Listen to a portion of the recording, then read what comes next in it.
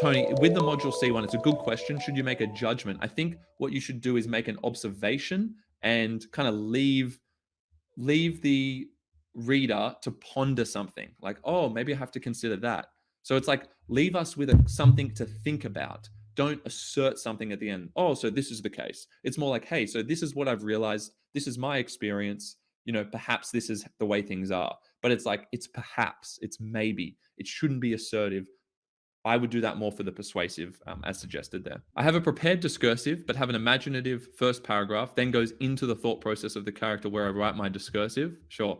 Do you think this would pass? Yeah, it's a little bit contrived, right? Because you're trying to wedge the pre-prepared discursive into an imaginative, which I fully get, by the way, and I actually think you're on the right track there. What I would say though is it's probably not enough to just have a different opener, because obviously if you're doing an imaginative, you need some kind of plot. You need to establish some kind of setting, some kind of characterization that you might not otherwise have, right?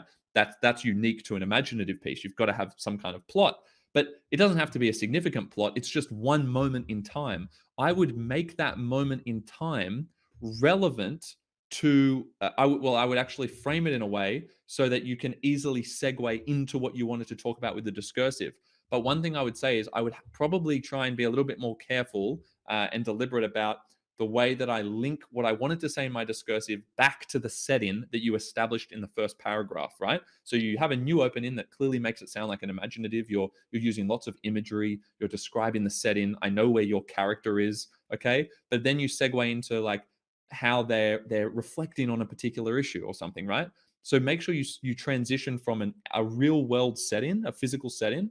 You transition from that into the character's thoughts if your discursive is about their contemplation of something, and then every now and then bring it back to that real life setting that you established at the beginning. So like maybe they awaken from their thoughts because of the sound of the birds outside or something, right? Like something like that. Think about a premise that kind of makes sense with what you want to talk about, but make sure that you're occasionally going back to the outside world so that you can still engage with the imagery and the setting so that it is a bit more believable as an imaginative. Okay, so that's all I would add. I would say it's probably not enough just to have the start. Try and have a couple of moments. They only have to be little moments. They're just little one-liners or not one-liners, but 1 to 3 sentences maybe that occasionally you incorporate throughout that just shows the character going in and out of their thoughts. Okay, so when they're out of their thoughts, there's something on the outside world that's happening that should probably connect to what they're thinking about or how they're feeling. Try and match the environment that you portray to the character's feelings. But good to have a discursive. The discursive translates to the persuasive very easily. You just need to make it more definitive,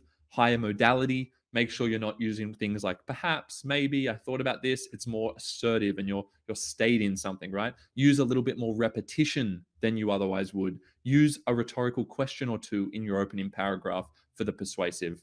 Okay, engage the reader directly. You might do that in your discursive already, but saying you and your using those second person pronouns is going to help.